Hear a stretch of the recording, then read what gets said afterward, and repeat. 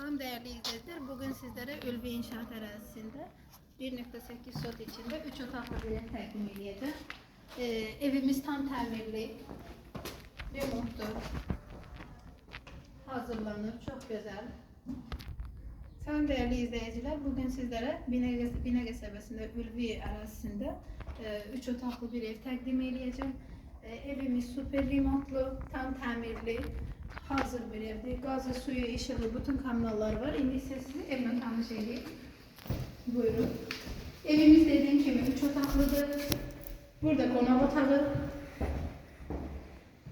birinci yatak otağımız ve ikinci yatak otağı, sanitar boşağı ve böyle güzel bir mətbəxi var.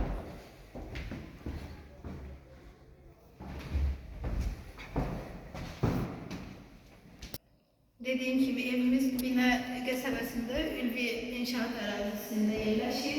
Qiyməti 50 mindir. Real alıcılar bizimle əlaqə saxlaya bilər.